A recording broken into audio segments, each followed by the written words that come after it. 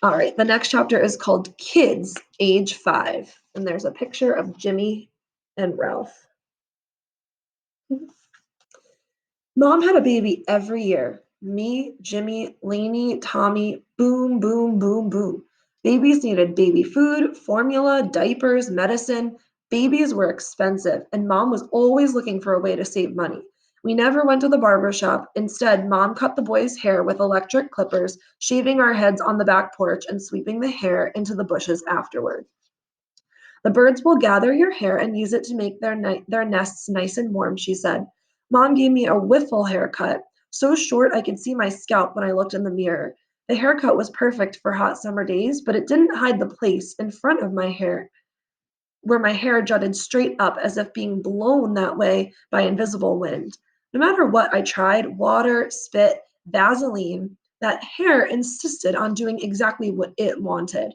Jimmy had a cowlick even worse than mine. Half the hair went straight up, the other half went straight down, like a riptide. With Jimmy's cowlick, plus the fact that he wore glasses, I thought he looked even goofier than me. Lainey had reddish hair that Mom cut with a pair of scissors. Lainey didn't like bugs. Once a small ant crawled on her and she started screaming. It took Mom a long time to calm her down. After that, Jimmy nicknamed her the Screech Owl. I mostly played with Jimmy, but we were close but different. Even as a baby, he would do stuff that I never dreamed of doing. One time, Mom put him in a stroller and took us out for a walk. A lady came by and bent down to look at him. Aren't you just the most adorable thing, she cooed. Jimmy smiled and cooed back. But as soon as the lady turned around, Jimmy stuck out his tongue at her. Mom wanted us to be good, and I was good. I knew what the rules were, and I followed them. As oldest, I tried to get the other kids to follow them too, but Jimmy wouldn't listen. Rules were for other people, not for him. One night, Dad and Mom got a babysitter, a high school girl more interested in talking on the telephone than taking care of us. She sent us to bed early without a snack. Mom had just bought new bedspreads that had little string fringes. Jimmy began to unravel the strings. You better not do that, I warned. But once Jimmy got started, there was no stopping him. He pulled all the strings out. Then he set up a system of lines and pulleys between my top bunk bed and his bed on the bottom. Lainey let him wrap a string around one of her dolls. When I pulled the string, the doll started rising slowly up to my bunk. We laughed, watching it go higher and higher. Suddenly, its eyes popped open like it was scared stiff, and we began shrieking with such laughter that the babysitter ran upstairs to see what was going on. Next day, when Mom found what we had pulled all the strings out of the new bedspread, she burst into tears. That night, she sent us to bed right after supper. The night she sent us to bed, right after supper in the middle of summer. I thought that it was the worst punishment any kid had ever gotten. Not the least bit tired, I laid in bed for hours as the room slowly changed from day to night, listening to my friends outside on Acorn Street playing a wild game of kick the can without me.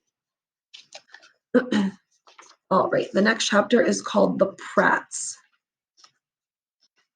Okay, and this will be the last chapter that I'll read to you today. So here's a picture of Ralph when it says he's about 6. The Pratts, age 6. When the snow melted in early March, Mom put the little kids in the stroller and took us outside. We played a game called Signs of Spring. Mom awarded points to any one of us who noticed buds on the bushes, a few small blades of grass, or maybe a flower named a crocus pushing up through the muddy dirt.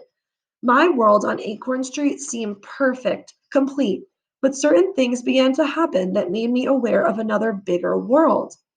The Pope died, Mom said one morning at breakfast. Who's the Pope? I asked. He was the head of the Catholic Church, she explained. He was the holiest man on earth. I knew one thing for sure the Pope would go straight up to heaven. That night, I stood at my bedroom window, hoping to see the silvery soul of the Pope rising from the earth. The next afternoon, Jimmy and I took a hike in the woods. We reached an old stone wall, scrambled over it, and made a right turn. Sunlight filtered through the trees and danced along the path. This way, Jimmy said, pointing. I followed him. The air turned warm and heavy, and the ground felt spongy, like we were near a swamp. I smelled the sour odor of skunk cabbage, but Jimmy kept going, pushing through thick brush. It seemed like we were in the deepest, wildest part of the forest. All of a sudden, we stepped onto grass, somebody's backyard. We saw two old people staring at us, a man and a woman. The man waved us over. Come here, he called. We walked carefully over the lawn to the patio bricks. There was a neat row of rose bushes and a table set with a bowl of red grapes, a plate of sliced cheese, fancy crackers, and a bottle of wine. Hello there, the woman spoke in a kindly voice. I'm Sophie Pratt, and this is Arthur Pratt. Are you from around here? Kind of, I said. I wouldn't have been far from our house. We couldn't have been far from our house, but the smooth lawn and rose bushes made it seem like we were in a whole different neighborhood. What are your names? I'm Ralph. Jimmy, what's your last name? Fletcher. The Fletchers. Sophie Pratt gave us a hug, a huge grin. We don't live but 6 houses away. My eyes wandered over to the grill. A whiff of burning charcoal grazed past my nose, carrying with it a sweet smell. My stomach growled. Mr. Pratt lifted the hood of the grill. Leaning forward, I saw 2 rows of clams cooking a few inches above the charcoal. I also saw what smelled so good, a little crock of melted butter. Best way to cook 'em, the man exclaimed. Heat makes 'em open right up. Want to try one? Jimmy shook his head. But I figured, why not? We weren't supposed to accept food from strangers, but these old people were neighbors. Mr. Pratt took one of the clams right off the grill, lifted it from the shell, dunked it into that pot of melted butter, and popped it into my mouth. How was that, dear? Sophie Pratt asked. Great, I said, nodding. It was so delicious, I ate 2 more. Seeing my reaction, Jimmy ate a couple of clams too. We left a little while later, promising to come back and visit soon, but I didn't see them until a month later. It was just another morning until Lainey came running in from the outside. Come on, she yelled, emergency! What? I started pulling on sneakers. Some kind of bomb fell in the Pratt's front yard. A bomb? We sprinted down to the Pratt's house. There were police cars and lots of strange men I'd never seen before. Some were yelling, stand back, stand back.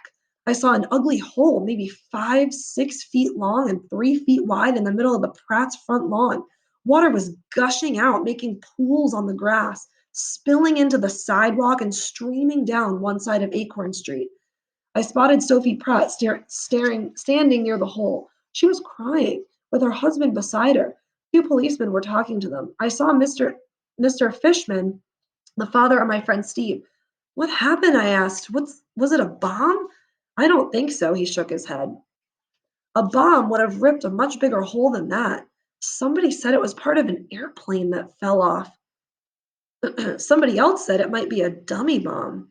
A dummy bomb? I'd never heard of such a thing. He shrugged. Maybe it could be some kind of military gadget, maybe a test that went wrong. There were lots of rumors, but nobody seems to know. More people kept arriving, women holding little babies, kids on bikes, a man taking pictures, men from the Marshfield water department, the water sluicing down Acorn Street, turning everything muddy. Then some men showed up with fancy uniforms and unsmiling eyes. Soldiers. They set up a barricade and sealed off the street. This forced all the cars to turn around, even people who lived on Acorn Street. I wanted to stay and watch all the action, but the soldiers made us go home. The whole thing was pretty exciting, and it made me realize that there was a whole world out there, immense and dangerous, beyond the cozy world I knew on Acorn Street. We never did find out what happened, though one night I dreamed that it was the Pope who fell out of heaven and punched a hole in the Pratt's lawn. All right, so that's it for today. Hope you guys have a good rest of your day. See ya.